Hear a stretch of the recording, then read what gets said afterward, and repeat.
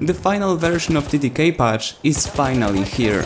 Guys, we've been waiting for it since the September of 2017, and now, in the January of 2018, we finally got it.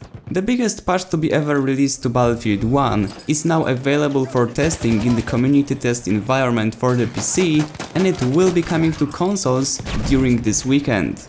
If you decided to leave Battlefield 1 for some time and you are not familiar with what this big weapon patch or TTK patch actually is, it essentially has redesigned all of the weapons available in the game except for the sniper rifles, which were left untouched. Other categories of weapons got tweaked so that they can provide a better gameplay experience and overall improve the whole Battlefield. The gunplay and the overall feeling from playing the game changed so much that you could practically call this Battlefield 1 2.0.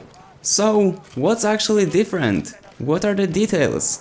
And before you guys click off, no, I'm not gonna read out patch notes for the next 20 or 30 minutes, it's just boring and you wouldn't remember anything from it, except for the Hellriegel buff and the Auto Nubico, so I'll try to explain it with as many details as I possibly can, but still keeping it simple. Starting off with the assault weapons, all of the assault rifles, or the automatic weapons for the assault, since I'm aware that not all of them are actually considered assault rifles, got their damage increased. I know that you are probably curious about the Hellriegel, and yes, it got buffed as well. It requires 4 bullets to kill the opponent instead of 5 before the patch.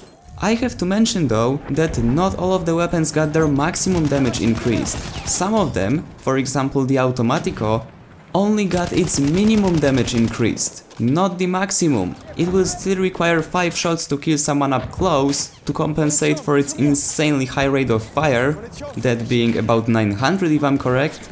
But because of the fact that it is a close quarter weapon, DICE decided to give it a little buff on the range so that it doesn't lag behind if you compare it to the other weapons. When it comes to balancing out shotguns, those got tweaked as well. It's quite complicated to explain it, so I'll just keep it simple. They are more consistent now, and they should work in their intended range. For example, if the Model 10A Hunter is supposed to kill someone up to 15 meters, it will guarantee you that you will actually get this one-shot kill up to 15 meters. We all know how inconsistent shotguns are in the current build of Battlefield 1, where you can sometimes shoot someone from like 0.5 meter and the guy will survive, but then you will one-shot kill someone using the exact same shotgun on 30 meters, dealing 100 HP damage. How is this possible? No one knows, and probably we will never know. Talking about the support weapon arsenal, it is pretty much exactly the same as with the assault weapons. Their damages got increased so that they require 1 less bullet to kill the opponent, but additionally on top of that, their ADS time is slower. And if you are wondering, I'm sure you are, why DICE decided to increase the time required to aim down the sights of your weapon, well, they want to balance out LMGs so that they aren't used up close. They are kind of trying to say, hey, we know you can use it up close, but you are supposed to do it on the medium to long range, so you are left at a disadvantage if you come across someone using the Hellriegel or Automatico. And not only because of their crazy accuracy, but on top of that your ADS time sucks.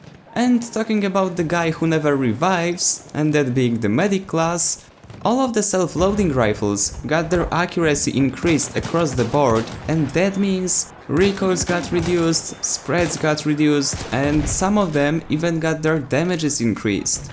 For example, the RSC rifle, which was added to Battlefield 1 along with They Shall Not Pass DLC, is now 2-shot kill up to 70 meters. Not 30, not 40, 70. You can pretty much become a sniper with it. And those would be all of the changes that were made in this update. As you can see, pretty much the whole game was redesigned and all of the weapons should feel differently now. There is no official date confirmed for the release of this patch, but we know that it will come along with the second part of Turning Tides DLC. My bet is on the 23rd of January, but don't take it for granted, I might be wrong, I'm just guessing. Generally speaking, after playing the CTE for a while, I can say that, at least in my not so humble opinion, the update is just great. The gameplay is faster now, you can actually get kills with the automatic weapons on the longer distances than 10 to 15 meters, which is just great considering how much of a sniper fest there is in this game, and overall, for me, it just feels better. But as I've already said, things such as time required to kill the opponent is a totally personal preference, and some will agree, some will disagree, I totally get it. I just prefer playing games that don't require me to put in 10 bullets into the enemy to score 1 kill. And this is why I can't wait to try it out in the retail version of the game. Anyway guys, that would be it for this video. But before you click off, I just have to say one thing. We made it! We got 5,000 subscribers before the January 22nd, and that means that on the January 22nd I am posting a face reveal. Finally, I know you've been waiting for it. So, if you want me to answer your question about myself or YouTube, I don't really want you guys asking questions about Battlefield since I've made like 200 videos talking about this game. Let's make something different for once. Make sure to write down your question in the comments. I'd ask you to put something like this in front of it so that it's just easier for me to find all of the questions. And as always, if you enjoyed, remember to leave a like, subscribe, and I see you on the battlefield!